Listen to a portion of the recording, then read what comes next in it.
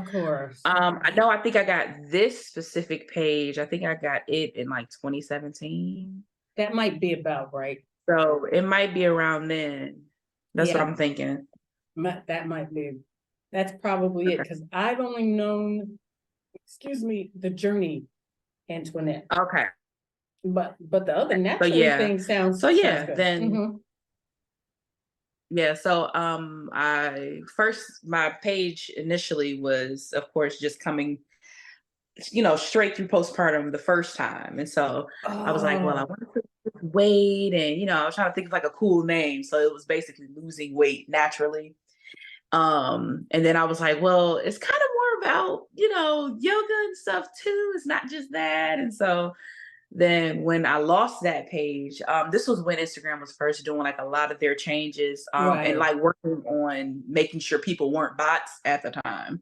And Mm. so this was when, people were like, comment as many times as you want to, for some type of giveaway type thing. And so because I commented too many times in a row, they took my page thinking I was a bot. And I'm Oh, like, everything that I posted from the very first day of my journey and even like days before got oh, deleted because they took the page. I was like, they ugh. took the page. Yeah, they took the page down. Wow. This is before they had that whole recovery process. I see. This was before then. They just shut it down. And I was like, oh. So then I started my PS Fit Yojo, which was my plus size fitness yoga journey. Oh, okay. And then I was like, that's a mouthful. And I was like, this is more about just my journey through life and changes, but specifically kind of like my yoga journey. And that's how we got Journey Ah, I see. Well, it to all kind of fits. myself. And, yeah, refining myself or redefining what that means. So that's how we Right. got the Journey to Antoinette. So tell me, when did you start doing yoga? I started doing yoga August 2015. So I've Okay. been doing it for 8 years now. We're I pretty started. close to in timing, I think, roughly. Well, let's see. What year is this? This is 2023. We're pretty close. I may be just a little, but I don't know that I started my yoga page, so to speak, when I started, because I started roughly 10 years. Well, it's 11 years now, coming up 11 years. Slowly but surely. Um, so we've known each other for quite a while. And how did you get, Mhm. tell me, how did you just start? Did you go to a studio? Did you? Took me, I believe, a year into my journey before I went to a studio. Everything I'm self-taught. Me too. So I literally went online. So the way I got into it was I was postpartum. Mm-hmm. Um and I just didn't feel at home in my body. I felt weird because I'm like, I don't know this mom thing, but not Mm. just that, my body changed. And I'm like, this is weird, but I want to feel better in it. And like, honestly, my whole life, especially since I was younger, my mom has always done fitness things. I mean, I'm going back to tapes, like, you know what I'm saying, where she's Right. always had some type of workout tapes, talking about the body suits and the 80s hair, like all of that. So so I'm used to, basically having somebody directly in my family working on their fitness. Mm-hmm. And so throughout the years, even before having our first child, I've done insanity and like all kind of stuff like with my mom, just doing Mm-hmm. different workout DVDs and all that kind of stuff. And so I'm like, okay, well, I used to be fairly active, honestly, throughout grade school period. So I'm like, well, I want to get active, but I just don't know where to start. I don't think doing fitness DVDs is going to do it for me. I need something Mm-hmm. else to connect my mind with my body, not just my body, because I had this whole mental block going on. And so I was like, oh, snap. My mom introduced me to yoga. Let me see Ah, if people are doing yoga. So my mom introduced me to yoga when I was like 13, 12, no actually. kidding. Yeah. So she used to, Go ahead, Mom. I know, right?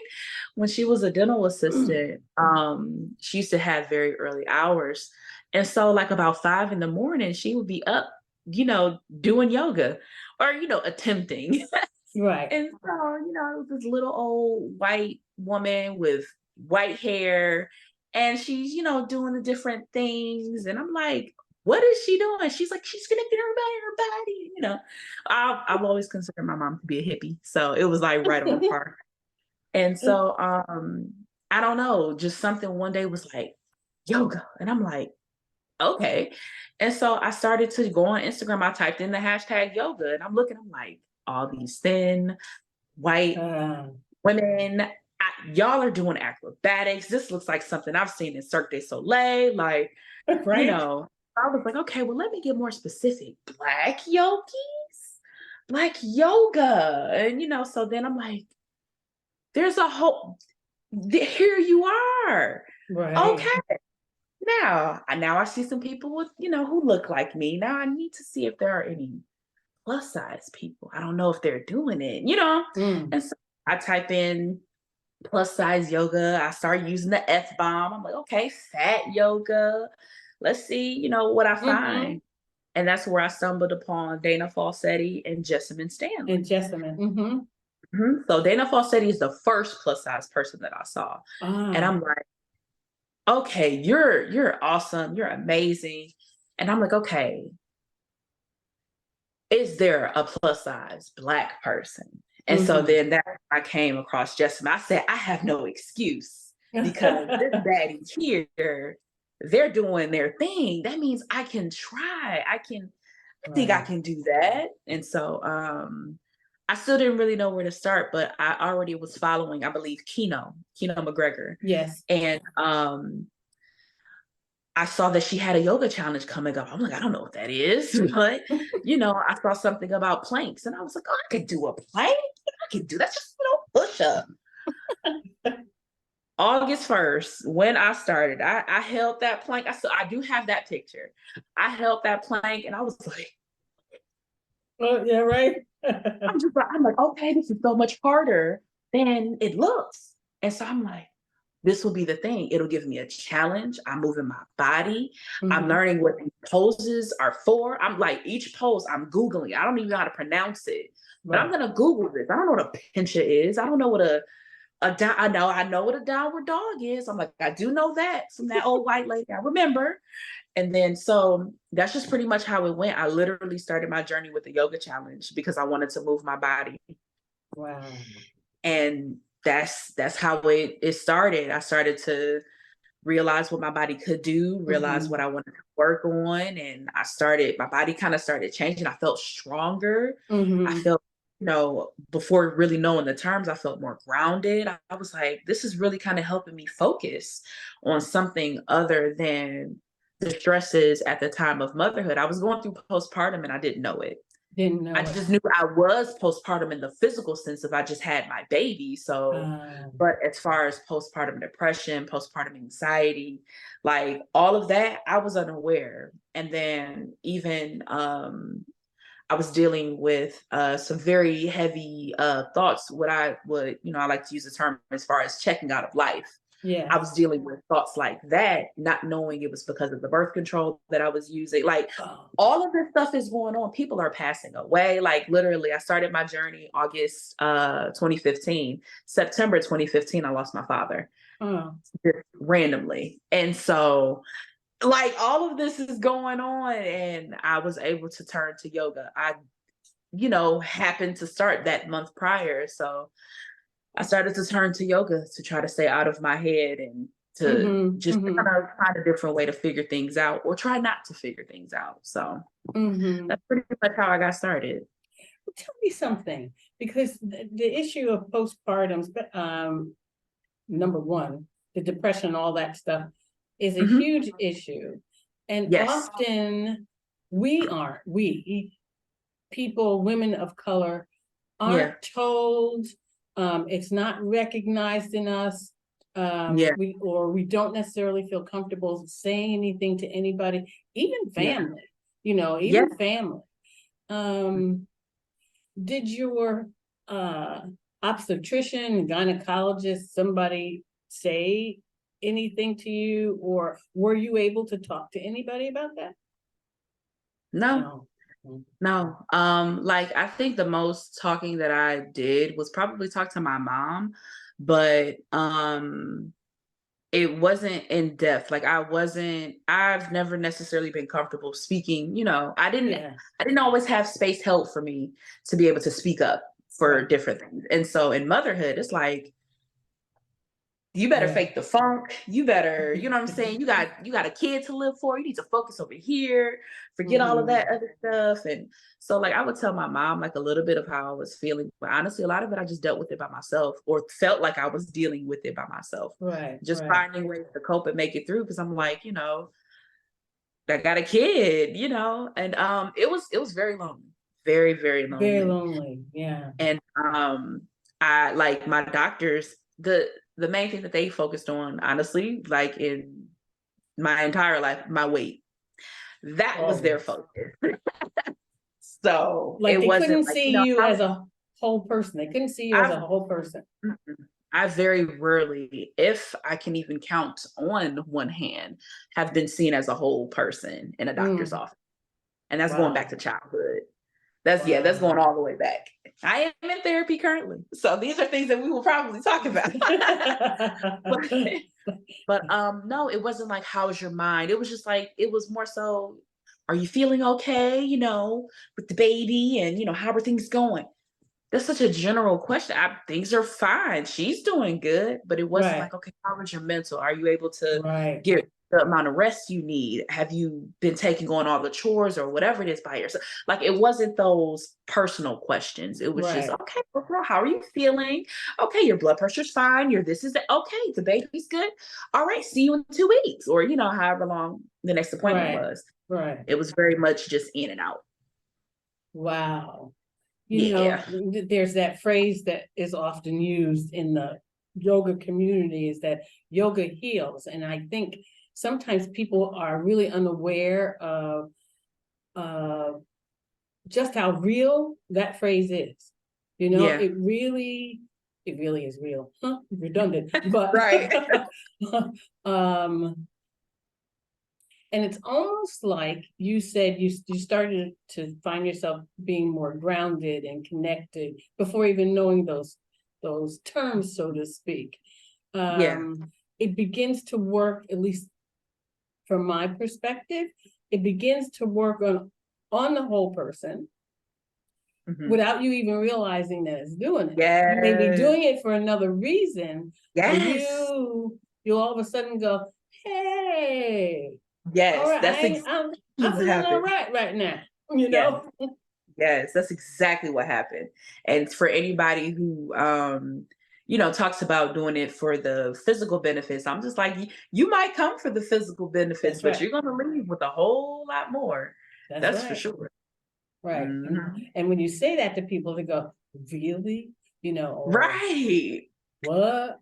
Um, Yeah. I Like often talk, whatever. I'm just trying yeah, to I'm get my trying feet to to touch my work out. head. Right. Yeah, right. I want to do one of them things like you do. You see you on your head and doing a Yes, I want handstand. to do a handstand. I want to do it this. Okay, well, let's do some of that stuff that you can work your way up to that. And by the Right. time you mess with that foundation, you'll see that you're staying for a lot more than a pose. Exactly. Exactly. And you begin to miss it when you're not in it, so to speak. Yes, yes, yes. I definitely have come and gone with my practice and have missed it dearly. Mm. What about other arms or limbs, as they say, of yoga? Have you found yourself Oh more yeah. connected in that way? I definitely, when it comes to pranayama, my Mm, goodness, it's something that I have practiced, but I want to practice more. mhm. And it seems like I'm being guided to that more, oddly enough. Mhm. Even through my therapist, she was like, "What are some of these techniques that you've learned? Like, Oh. how can we apply this?" And so I was like, "Oh, you funny." So I'm like, I've seen the difference in even Mm, just waking up and doing just different breathing techniques or just focusing more on meditation. Like I do know the feeling, it's just trying to navigate it in my everyday. It's like, Right. I know the tool is here. I just have to actually utilize it. Right. Right. But between that and ultimately, I would say probably ahisma. I'm messing it up. Ahisma. Yeah, that's all Thank you. right. We don't speak Sanskrit, so that's all right. Okay. I just let me pick this up. The do no harm. Right. It's like, you think, of course, no, I'm not going to hurt anybody. And it's like, no, baby, are you going to hurt yourself? Be it with your words, or what are you thinking? Right. What are you doing in your everyday life? Are you taking care of yourself? And I was like, ooh, okay, I have to take that in the layers that it has. Yes, in the first aspect, no, I'm not necessarily physically harming myself in that sense that we I initially got it. think of. But what am I eating? What am I drinking? What am I watching? What am I listening to? And Right. so it's like, oh, okay, there are so many more aspects than just that physical harm that we doing. So honestly, I would say those two in particular are the first ones that come to mind, is focusing on how to minimize the harm done, especially with even though it's not intentional, but the way I receive things, I'm very, very empathetic. So, for example, everything that's going on in Congo and Gaza and Sudan, it's like, I can Right. only take so much before it becomes harmful to my Right. mental. So it's navigating that without feeling the pressures as an influencer to speak on it. Or I'm the last person personally that needs to speak on something. That's not my field of work. That's not my ministry, I as we got like you. to say. I That's, got that's you. not my I got you. ministry. But what can I do within my ministry of yoga? And I was thinking about this recently. I'm like, how can I give back to anyone dealing with heavy feelings? Hello, yoga. Let's hold a class in reverence for those struggling and whatnot. So I've been navigating that, and especially, like I said, trying to get back to my breath work, especially. So have you been doing community work, yoga work? Is that what you're referencing? I'm leaning toward it because, and it's actually been available to me for a while, but again, trying to navigate my 3 kids and household things. It's just been, 3 kids is much different than 2. I tell everybody that. I'm like, I 3 bet. is so much different than 2. I was getting the hang of it with the 2, and then my baby said surprise, and we're like, okay. So I actually have been working with why is everything escaping my brain right now? What is it? 3 Acres Yoga? I believe it's 3 acres, 3.5 acres yoga, if I'm not mistaken, by Laura Land. And they have this amazing community of trauma-informed training, teachers, and classes, mainly kind of like in New York. But I had the opportunity to train with them to get my trauma-informed segment going on. And they work with all types of domestic survivors and, so forth. And so they have spaces for community work as far as us to get community service hours with teaching yoga to the less fortunate and just whoever they serve in their community. But as far as just me and myself, yes, I definitely do want to find a way to give back. I've actually spoken to someone, I believe they are in Russia. And we were having a conversation and they were like, they can't afford to go to class. But they're also dealing with, some heavy things going on. And I'm like, okay, being that I'm virtual, I would love to hold space for those who don't have it, in their own community. So I'm kind of in the works of trying to figure that out, how I can offer myself and hold space at least once a month for those who just don't have, can't, or whatever the case. You hear that? I'm trying to figure out what is that. Oh, my iPad making noises. Sorry. I'm like, what the heck? Okay, no, you're fine. You're fine. I'm like, what the heck is that? Yeah. See, it's interesting because I think as we grow, I'm speaking for myself, and it sounds like for you too. As you grow in the practice,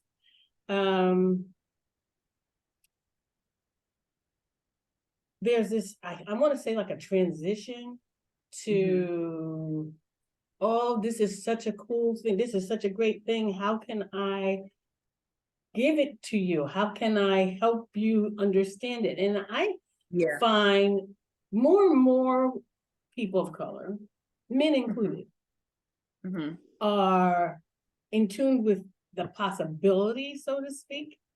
Mm. However, there are others that they just get so focused on. Sharon, I could never do a handstand like you do. And I said, you don't have Yeah. no idea how long I've been working on a handstand. And Okay. me and Paula Wall, we is best friends. And Best friends, I tell you. and sometimes I'm like, I can pop right up there, and other times it ain't happening. Oh yeah. So you try to say it's about the process, and it's so hard Yes. to explain to people unless we share what our process has been. Yeah. I said, I showed them a picture of myself at that very first beach yoga in Florida. She said everybody do tree pose, and my other foot was down on the ground because there was no way I was picking it up. And my Right. face is so, oh, I'm so uncomfortable. I'm Yeah. so self-conscious. I'm so Yes. I look at that picture and go, wow, I'm like a Completely totally different different person. person. Yes. Totally different person. So it's fascinating. Yeah. And it's little by little, and remembering that it's not just a physical practice. That's what I try to tell people. Yeah. I explained that I came to the physical practice through meditation. I was meditating for a long time before. I didn't even know it was part of yoga. Right. Didn't know, because it was helping me chill out. It was helping me not to Yeah. be so intense. That scorpion Mhm. in me needed some chilling out. Yeah. And it was helping. And it's funny how it just segue there. I remember looking and watching the class and going, I don't know. All I see is a bunch of white people. All I see, Okay. like you said. Yeah. And then you slowly, whatever your process is, and that's what I always say to people, whatever your Yeah. process is, however you get there, Hmm. um, you then sort of fall into, okay, so it's worth a try. And you realize what you like and what you don't like.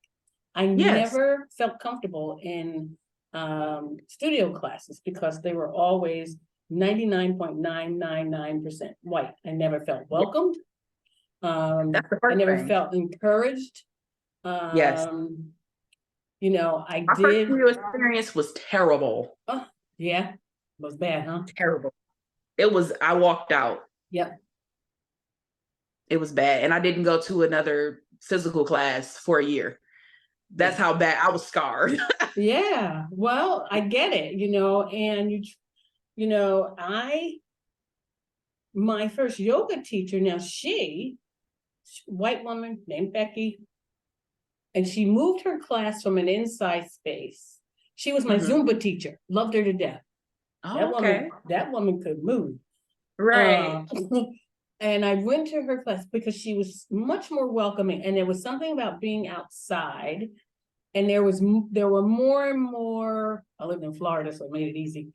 There were Yeah. more and more people of color. It was still a little skewed, but Yeah. still, there were some Latinas and Caribbean folk. And that's when I started feeling much more comfortable because I was Okay. already connected to her personally. You know what I'm trying to say? Right. Yeah. So over time, then you realize you start to seek your community. Yes. The Yes. support you get from your community is incredibly important, I think. It is. So if we were to, I didn't time when we started. Does that make sense? So I'm looking at this because we can pick back up for another conversation. If you were to talk with someone or someone said to you, Antoinette, but yeah, it really makes me nervous, or I don't think I can do it. Mhm. What would you say to them that might spark it's worth a try? What would you say to them? There was a lot that I was nervous about, and I've fallen over hundreds of times, if not thousands That's right. of times. But honestly, take the meat, leave the bones. Oh, Whatever you don't feel good doing, don't do it. You hey, are the head of your practice. Yes, a teacher or myself might be here to guide you, but if you want to lay in savasana or corpse pose, whatever, term I would use at the moment, if you want to just lay on your mat the entire practice, I'm there you here for go. it. I support it. And if there is something you want to try, but you feel a little nervous, work your way up through it. And this is where me as a teacher, I love giving variations. I'm going to show you the props you can use. I'm going to give you a variation. Don't want to do this. If this doesn't feel welcoming in your body, if you're just not feeling this right now, maybe give this a try. Hold on to a wall, hold on to a child, whatever you Right. have, utilize your environment and balance yourself. Make it work for you. Don't try to change your body to fit the mold of what you're doing. Right. Change that mold. Make it work around you. That's Don't be right. afraid to move your meat. Move your meats around. Move whatever Hello. skin and whatever you need to do. And then even if that doesn't feel like something that you want to do, take a child's pose. Again, lay in savasana, take a comfortable seat and breathe. Something that I That's learned right. in trauma training, which I think is like the Mm-hmm. most miraculous thing I've personally ever experienced up until this point, is a part of the training was talking about how, of course, there are people who may not have all of their faculties, but they Mm-hmm. still have their mind. Mm-hmm. We literally had a practice where we all closed our eyes where we were seated, and she walked us through the yoga practice. She said, imagine if your arms are reaching up above your head, and basically just had us imagine everything.